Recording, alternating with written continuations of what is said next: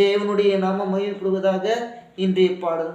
என் இருதயம் தொய்யும் போது பூமியின் கடையாந்தரத்திலிருந்து நான் உம்மை நோக்கி கூப்பிடுவேன். என் இருதயம் தொய்யும் போது பூமியின் கடையாந்தரத்திலிருந்து நான் உம்மை நோக்கி கூப்பிடுவேன்.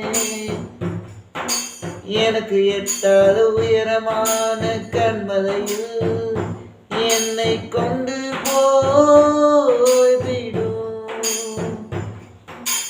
எனக்கு எட்டாத உயரமான கண்மலையில் என்னை கொண்டு போய்விடும்.